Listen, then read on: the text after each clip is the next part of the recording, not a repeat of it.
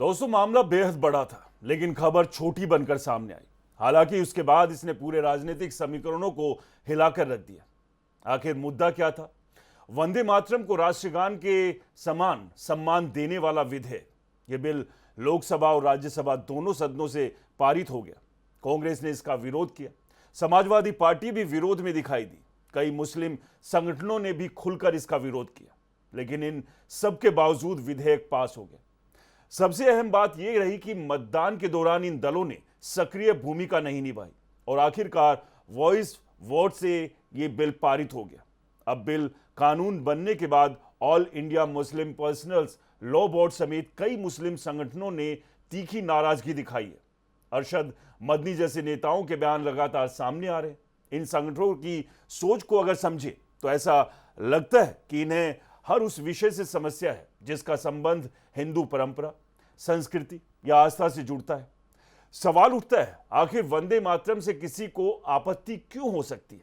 ये तो देश की मातृभूमि को समर्पित गीत है। इसमें विरोध का कारण क्या है? भारतीय कौन है? इसकी एक परिभाषा वीर सावरकर ने दी थी। उनके अनुसार वही भारतीय है जो इस भूमि को अपनी मातृभूमि और पुण्य भूमि दोनों मानता है। लेकिन मुस्लिम समाज का एक बड़ा वर्ग इस अवधारणा से सहमत नहीं माना जाता।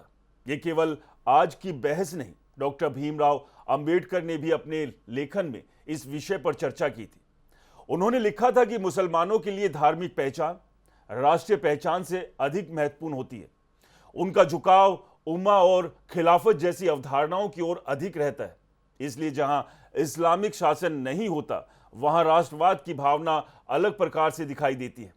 इसी सोच के आधार पर वंदे मातरम का विरोध भी किया जा रहा है। मुस्लिम संगठनों की वैचारिक स्थिति को समझा जा सकता है क्योंकि वो अपने धर्म दृष्टिकोण से देखते हैं। लेकिन बड़ा सवाल कांग्रेस और समाजवादी पार्टी से, खासकर राहुल गांधी और अखिलेश यादव से, जो पिछले कुछ समय से खुद को सनातन समर्थक दिखाने की कोशिश कर रहे हैं। उन्हें तय करना होगा कि वो हिंदू हितों के साथ खड़े हैं या फिर हिंदू विरोध की राजनीति के साथ। दोनों रास्तों पर एक साथ नहीं चला जा सकता।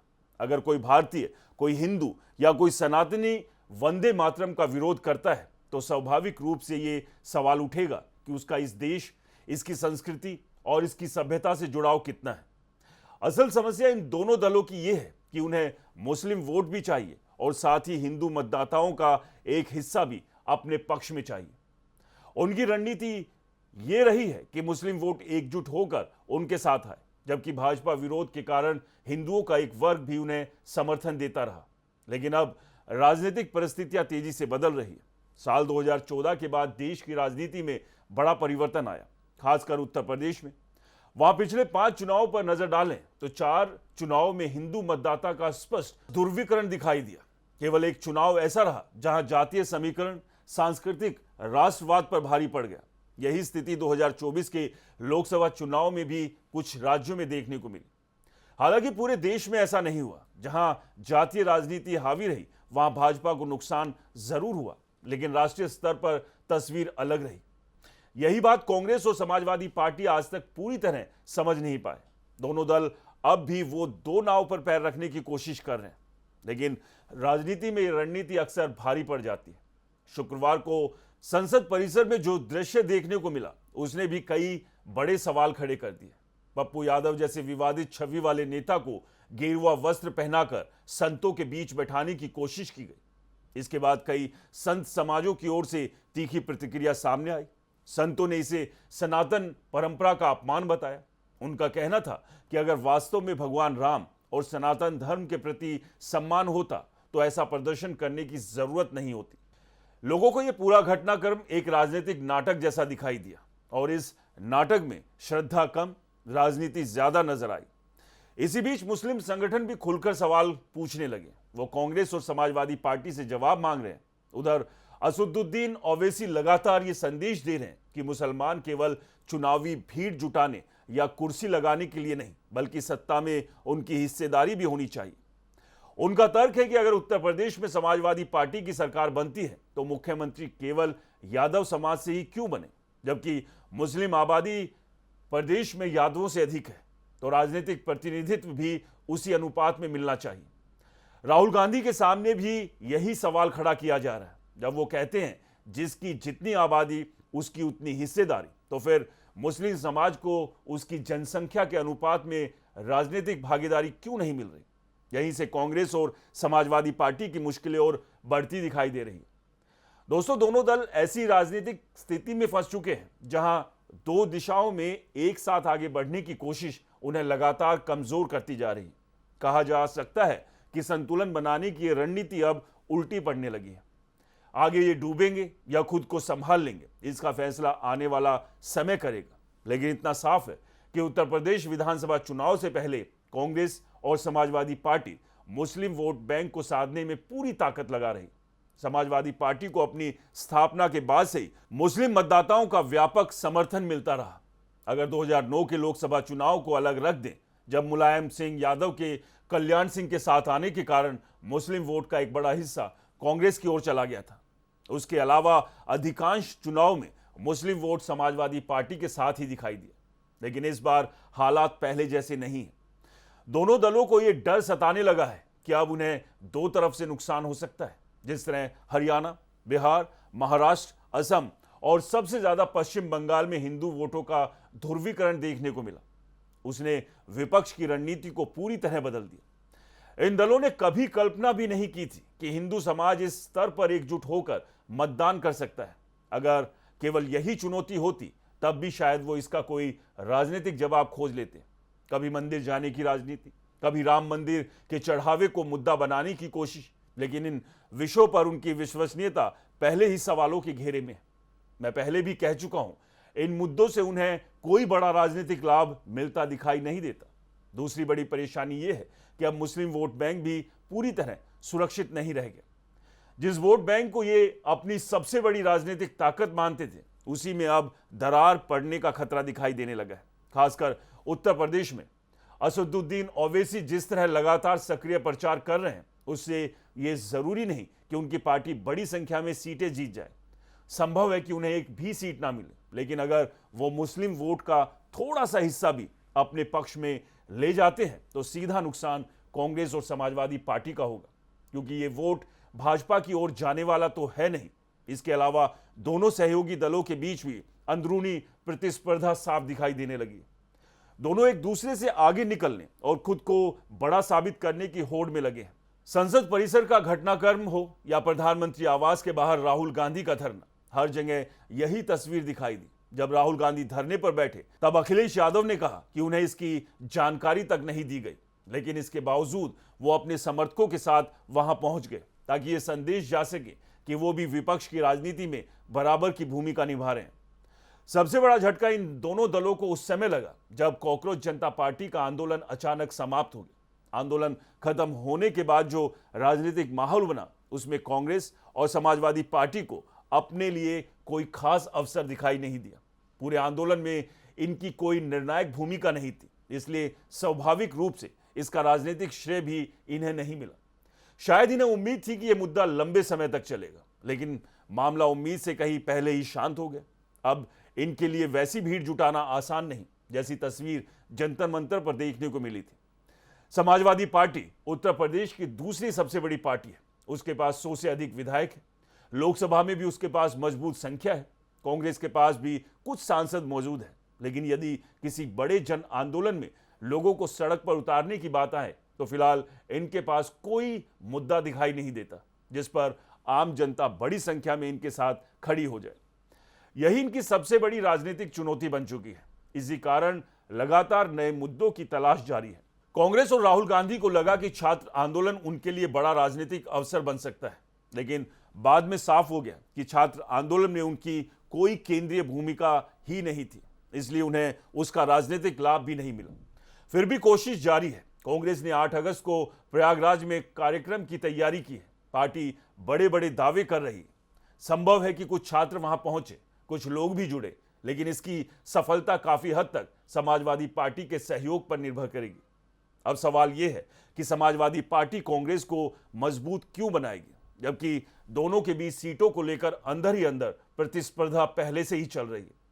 हालांकि दोनों दल पहले ही घोषणा कर चुके हैं कि विधानसभा चुनाव गठबंधन में लड़ेंगे, लेकिन व्यवहारिक राजनीति में दोनों लगातार एक दूसरे का कद छोटा करने की कोशिश कर रहे हैं ताकि सीटों के बंटवारे के समय अपनी स्थिति मजबूत रख सके। समाजवादी पार्टी का दावा स्वाभाविक माना जा सकता है क्योंकि वो प्रदेश की दूसरी सबसे बड़ी राजनीतिक ताकत है, जबकि कांग्रेस का संगठन अभी भी काफी कमजोर माना जाता है। दूसरी ओर कांग्रेस को यह भरोसा है कि मुस्लिम वोट का बड़ा हिस्सा उसके प्रभाव के कारण समाजवादी पार्टी को मिलता है, इसलिए वो इसी आधार पर अपनी राजनीतिक सौदेबाजी मजबूत करना चाहती है। यानी कांग्रेस की सबसे बड़ी राजनीतिक ताकत मुस्लिम वोट बैंक को लेकर उसकी दावेदारी ही है। लेकिन वंदे मातरम पर बने नए कानून ने पूरा समीकरण बदल दिया। अब अगर कांग्रेस और समाजवादी पार्टी सार्वजनिक रूप से इस कानून का विरोध करती है तो जिस हिंदू मतदाता को साधने की कोशिश वो पिछले कुछ समय से कर रही थी, वो पूरी कोशिश बेअसर हो सकती है। और अगर खुलकर मुस्लिम संगठनों के पक्ष में खड़ी होती है तब भी मुस्लिम समाज पूरी तरह संतुष्ट होने वाला नहीं है। मुस्लिम संगठनों का सवाल है, जब संसद में यह विधेयक पारित हो रहा था तब आपने इसे रोकने की गंभीर कोशिश क्यों नहीं की? यह बात अलग है कि आपके पास संख्या नहीं थी, लेकिन विरोध दर्ज कराने के लिए आपने कौन सा ठोस कदम उठाया? हकीकत यह रही कि कांग्रेस और समाजवादी पार्टी दोनों ने ना तो इस कानून के समर्थन में स्पष्ट रूप से स्पष्टता दिखाई और ना ही इसे रोकने की पूरी ताकत लगाती हुई नजर आई। यानी उनका रुख पूरी तरह अस्पष्ट रहा। राजनीति में ऐसी स्थिति को अक्सर यही कहा जाता है, ना इधर के रहे ना उधर के। यही वजह है कि दोनों दल अब ऐसे मोड़ पर खड़े दिखाई दे रहे हैं जहां उन्हें दोनों तरफ से नुकसान उठाने का खतरा है। उत्तर प्रदेश विधानसभा चुनाव अब ज्यादा दूर नहीं, फरवरी या मार्च 2027 में चुनाव होने की संभावना है। कांग्रेस और समाजवादी पार्टी पहले ही घोषणा कर चुकी है कि वो लोकसभा चुनाव की तरह विधानसभा चुनाव भी गठबंधन में लड़ेगी। हालांकि इतिहास पर नजर डालें तो समाजवादी पार्टी को बड़े गठबंधनों से कभी विशेष लाभ नहीं मिला। अगर सबसे सफल गठबंधन की बात करें तो 1993 में बहुजन समाज पार्टी के साथ बना गठबंधन याद किया जाता है, लेकिन उस चुनाव में भी भाजपा अकेले दोनों दलों के संयुक्त प्रदर्शन के बेहद करीब रही। दोनों को सरकार बनाने के लिए कांग्रेस और जनता दल का समर्थन लेना पड़ा। इसके बाद 2017 में अखिलेश यादव ने कांग्रेस के साथ हाथ मिलाया, लेकिन वही चुनाव समाजवादी पार्टी के सबसे कमजोर प्रदर्शन में बदल गया। फिर 2019 के लोकसभा चुनाव में बहुजन समाज पार्टी के साथ गठबंधन किया गया, लेकिन 2014 में मिली 5 सीटों की संख्या भी आगे नहीं बढ़ सकी। अगर किसी गठबंधन से वास्तविक लाभ मिला तो वो 2022 का विधानसभा चुनाव था, जब समाजवादी पार्टी ने छोटे छोटे क्षेत्रीय और जातीय प्रभाव वाले दलों के साथ समझौता किया। ओम प्रकाश राजभर और जयंत चौधरी जैसे नेताओं के साथ गठबंधन ने पूर्वांचल और पश्चिमी उत्तर प्रदेश दोनों क्षेत्रों में फायदा पहुंचाया, लेकिन चुनाव खत्म होते ही इन सहयोगियों से दूरी बना ली गई। कई नेताओं ने खुद को अपमानित महसूस किया और आज यही दल भारतीय जनता पार्टी के साथ दिखाई दे रहे हैं। यानी जिन जातीय समीकरणों से समाजवादी पार्टी को भविष्य में फायदा मिल सकता था, उन्हें भी उसने खुद कमजोर कर दिया। दूसरी तरफ कांग्रेस की स्थिति और भी कठिन है। उसके पास ना कोई मजबूत जातीय आधार है और ना ही ऐसी स्थायी वोट बैंक जिस पर वो पूरी तरह भरोसा कर सके। जहां समाजवादी पार्टी का उम्मीदवार मैदान में नहीं होगा, वहां कांग्रेस को मुस्लिम वोट मिलेगा। इस बात को लेकर भी गंभीर संदेह बना हुआ है, क्योंकि उन सीटों पर बहुजन समाज पार्टी मौजूद होगी।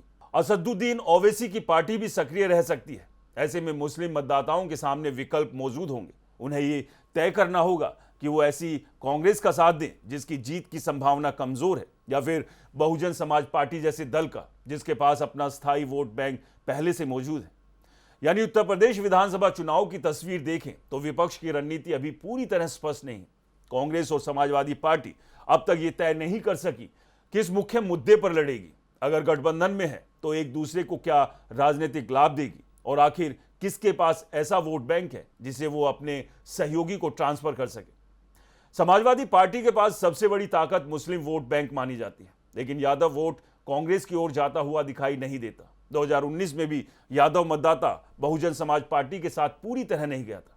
इसी तरह जहां समाजवादी पार्टी उम्मीदवार नहीं उतारेगी, वहां कांग्रेस को मुस्लिम वोट मिलेगा या नहीं, यह भी पूरी तरह परिस्थितियों पर निर्भर करेगा।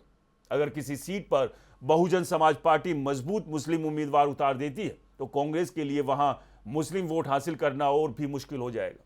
कुल मिलाकर देखें तो उत्तर प्रदेश का चुनाव विपक्ष के लिए अब भी खुला हुआ दिखाई देता है। वहीं अगर सत्ता पक्ष यानी भारतीय जनता पार्टी की बात करें तो उसकी रणनीति काफी हद तक स्पष्ट नजर आती है। तीसरी बार सरकार बनाने का लक्ष्य लगभग तय माना जा रहा है। अब असली सवाल सरकार बनने का नहीं, बल्कि विपक्ष कितनी सीटों तक पहुंच पाएगा इसका है। यह इस बात पर निर्भर करेगा कि कांग्रेस और समाजवादी पार्टी को आखिर किस वर्ग का समर्थन मिलेगा और छोटे दल उनके वोट बैंक में कितनी सेंध लगा पाते हैं। यही कारक अंततः सीटों की संख्या तय करेंगे। लेकिन मौजूदा राजनीतिक परिस्थितियों को देखते हुए ऐसा नहीं लगता कि समाजवादी पार्टी और उसके सहयोगी 2022 वाले प्रदर्शन को दोहरा पाएंगे। फिलहाल इस चर्चा में बस इतना ही। अगले सेगमेंट में एक और नए राजनीतिक विश्लेषण के साथ फिर होगी मुलाकात। तब तक के लिए नमस्कार।